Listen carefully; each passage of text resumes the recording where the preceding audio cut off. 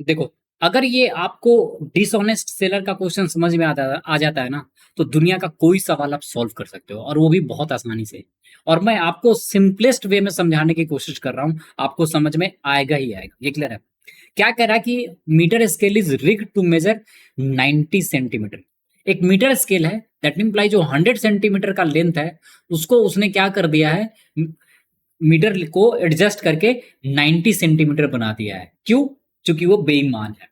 उसके बाद क्या कह रहा है कि how ever in summers it expends by 20% of the actual size. कह रहा है कि हालांकि गर्मियों में वो अपनी वास्तविक लंबाई से 20% फैल जाता है। तो जो बेईमान सेलर था, उसने क्या किया, 100 सेंटीमीटर को तो पहले 90 में कन्वर्ट कर दिया। तो वो उसको सामान बेचेगा कितना, 100 सेंटीमीटर बोल के, लेकिन वो मीटर स्केल नापेगा कितना, 90 सेंटीमीटर। ये क्लियर है? लेकिन उसका किस्मत बहुत बेकार था। गर्मी में क्या होता है, ये जो मीटर स्केल है 100 से बढ़ के क्या हो जाता है, वो बढ़ के हो जाता है 120। ये क्लियर है? कह रहा कि 20% एक्चुअल साइज से, तो मीटर स्केल तो हमेशा 100 का होगा, उससे 20% बढ़ गया, मतलब कितना हो जाएगा, 120 का। तो यहां पे उसको क्या होना शुरू हो जाएगा, लॉस। ये क्लियर है? लेकिन वो चालाक है ट्रेडर, वो क्या कह रहा है कि वो अपने सामान को 10% मार्कअप पे बेचता है। तो उसने 100 के बदले अब सामान को कितने में बेचेगा, 110 में बेचेगा। लेकिन उससे भी ज्यादा बेईमान कौन सा है, यहाँ पे होलसेलर है। वो क्या कह रहा है कि होलसेलर कहता है कि मीटर स्केल के बदले वो कितने सेंटीमीटर का यूज किया है, 80 सेंटीमीटर का। दैट इम्प्लाई जो ये दुकानदार 100 सेंटीमीटर सोच के खरीद के लाया था, लेकिन उसको होलसेलर ने कितना दिया है, वो एक्चुअल में 80 सेंटीमीटर ही दिया है। तो इस क्वेश्चन में 4 स्टेजेस में कैलकुलेशन हो रहा है। ये क्लियर है? तो हम वन बाय वन समझते हैं। फर्स्ट स्टेज में क्या हो रहा है कि दुकानदार 100 के बदले इस मीटर स्केल को कितना कर दिया है, 90 सेंटीमीटर डिस्टॉर्ट करके बना दिया। तो वो पैसा कितने का लेगा, 100 सेंटीमीटर का, लेकिन एक्चुअल सामान वो देगा कितने का, 90 सेंटीमीटर का। तो आप ये बताओ, प्रॉफिट होगा या लॉस होगा? ऑफ कोर्स प्रॉफिट होगा। और कितना प्रॉफिट होगा, ये जो 10 सेंटीमीटर का प्रॉफिट है। तो रेशियो टर्म्स में हम प्रॉफिट को कैसे दिखाते हैं बच्चों, सिंपली 100 अपॉन क्या लिखेंगे, 90। ये क्लियर है?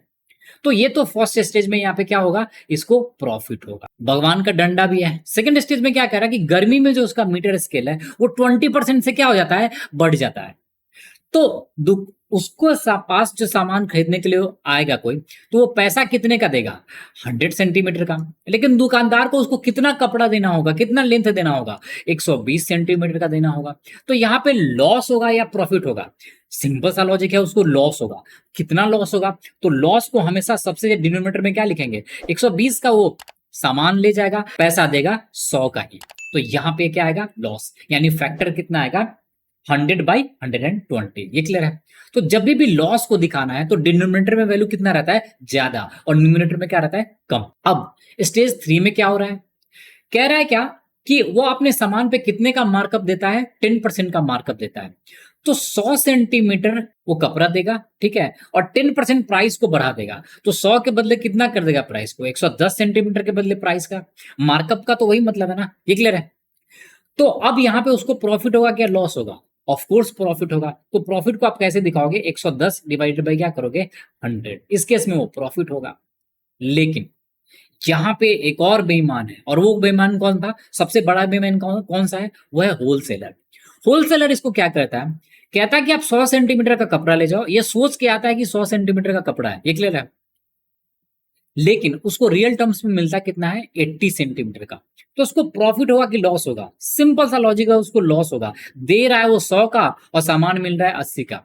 तो लॉस को हमेशा कैसे दिखाते हैं हम, वो हम दिखाते हैं बच्चे, डिनोमिनेटर में ज्यादा होगा और न्यूमरेटर में कितना होगा, 80। ये क्लियर है? और यहाँ पे क्या होगा, लॉस। आपको नेट प्रॉफिट और लॉस निकालना है, तो जितने भी ये कैलकुलेशन है ना, उन सभी को आपस में क्या करोगे, मल्टीप्लाई। प्रॉफिट और लॉस कैसे निकालेंगे, सिंपली हम लिखेंगे बच्चे 100/90 इंटू क्या लिखेंगे, 100/120 इंटू क्या लिखोगे, 110/100 इंटू क्या हो जाएगा, 80 डिवाइडेड बाई 100। ये क्लियर है? अब ये 100 से ये 100 कैंसिल, ये 0 से ये 0 और ये दोनों 0 कैंसिल आउट हो जाएगा। तो आपको जो वैल्यू बचेगा वो कितना बचेगा, वो सिंपली हो जाएगा 11 इंटू 8। तो ये हो जाएगा बच्चे 88 और डिवाइडेड बाई कितना हो जाएगा, 12 इंटू 9, दैट इम्प्लाई 108। इसको डिवाइड करोगे तो 4 से 22 और इसको डिवाइड करो 4 से तो ये 27। That imply 22/27। तो एट द एंड वो सामान कितने का खरीदा, 27 का। उसके पास पैसा कितना आया, 22 का। तो कितने का लॉस हुआ, 5 का लॉस हो रहा है कितने पे, 27 पे।